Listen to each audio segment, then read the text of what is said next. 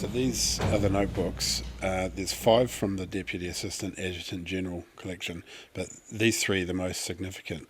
They're entitled Arrivals and Departures, and this particular one is from the 6th of July through to the 9th of August 1915. The standard issue Army books, brown.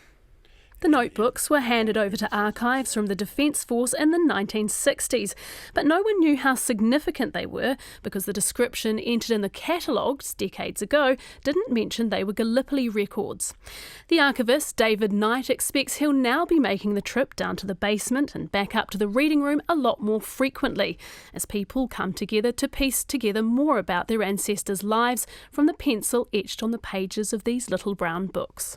We've already had some interest from New Zealand family historians, and I think it'll probably inspire budding New Zealand historians to probably come in and have a look to see what else they can discover. Gay Williams is the president of the family history research organisation, the Society of Genealogists. She says the latest findings will excite those researchers who have long thought a family member fought there.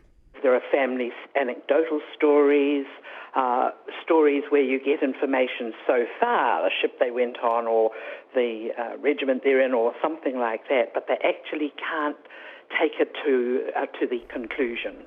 The chief executive of the Returned and Services Association, David Moger, says many family historians are keen to find a connection with the Anzacs. There is something very, very special when you talk to someone who has been able to trace their ancestry back to saying, my ancestor was one of those first Anzacs, because it's been said that somewhere between the landings at Gallipoli and the battles of the Western Front, New Zealand became a nation.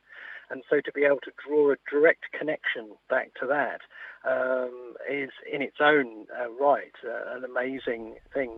David Moger says the discovery may encourage families that have already researched their ancestors to come back and take a closer look. In Wellington for Checkpoint, Teresa Cowie.